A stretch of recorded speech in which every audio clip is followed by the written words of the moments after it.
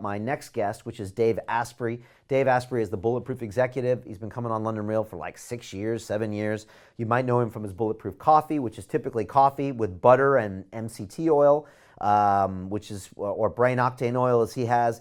He's big into intermittent fasting, but he's really into biohacking. And Dave has his own opinion about veganism, about plants and animals, and also about fried food and all of that stuff. And Dave really looks about it from purely a biohacking perspective. I mean, in a nice way, you know, if Dave could find anything that would up your performance, he would probably be for it. So I don't think this is from an ethical point of view, but I think it's great to look at someone who's talking about this from the science. And you might be able to guess what Dave is going to say, but this is his take on the whole concept of a plant or an animal-based diet. Here's the truth. If you eat industrially raised and fed animals, you are going to die earlier than you should. You're contributing to degradation of soil and animal cruelty. It's bad for you. So straight up, you want to live longer? Spend twice as much on your meat and eat half as much. I am not telling you to eat no meat, because you will not like what happens when you eat no meat, especially no animal fat. But when you do eat meat, make sure it's ethically raised, local if you can get it, and grass-fed. And when you do that, you feel different. And if you take that meat and you deep fry it, or you burn it on a grill till it's all charred, it also will be bad for you.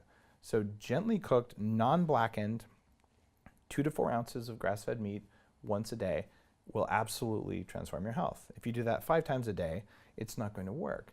Because when you get more than 20% of your calories from any protein, but in particular animal proteins are even worse, your likelihood of dying from all-cause mortality goes up by 400%.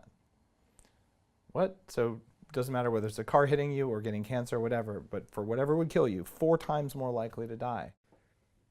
So just to be clear, Dave does not believe in a 100% plant-based diet. He actually thinks it should be child abuse if you raise your kids that way. It's an extreme view, and I got a lot of comments on YouTube. Go check those video clips out if you want, or watch the entire episode on our website. Look, Dave basically says that he thinks animal proteins are important, but if you are eating factory farm meats, you're contributing to a massive problem, not to mention degrading the environment. Dave says that you should spend twice as much and eat half as much. So he said spend the money on high quality proteins, grass-fed meats, and eat half as much. So, you know, less portions but higher quality. And I think he might be onto something as well. Again, gently cooked and never blackened. He doesn't like fried food because food, he believes, is an anti-aging drug, and I think he's got something to that. Of course, there's going to be a lot of people here to debate both sides, but I like a healthy debate. I like science coming in here. I don't want to be in an echo chamber where I'm just hanging out with carnivores or just hanging out with vegans, and so I really appreciate the input that he's having. And I would love to hear your input. So again, wherever you are, give me a comment here. Give me a comment now. Hit like on the video. And tell me, do you eat animals or plants, and why? Some great comments coming in here. Rock and Roller says, there's nothing wrong with being a vegan, but there is something wrong with thinking you're better than everyone else, right? I won't say no comments on that, but you know who you are. You're out there. Location says we don't eat enough meat. That's interesting. Bitcoins 44 says eat both meat and plants. Simple.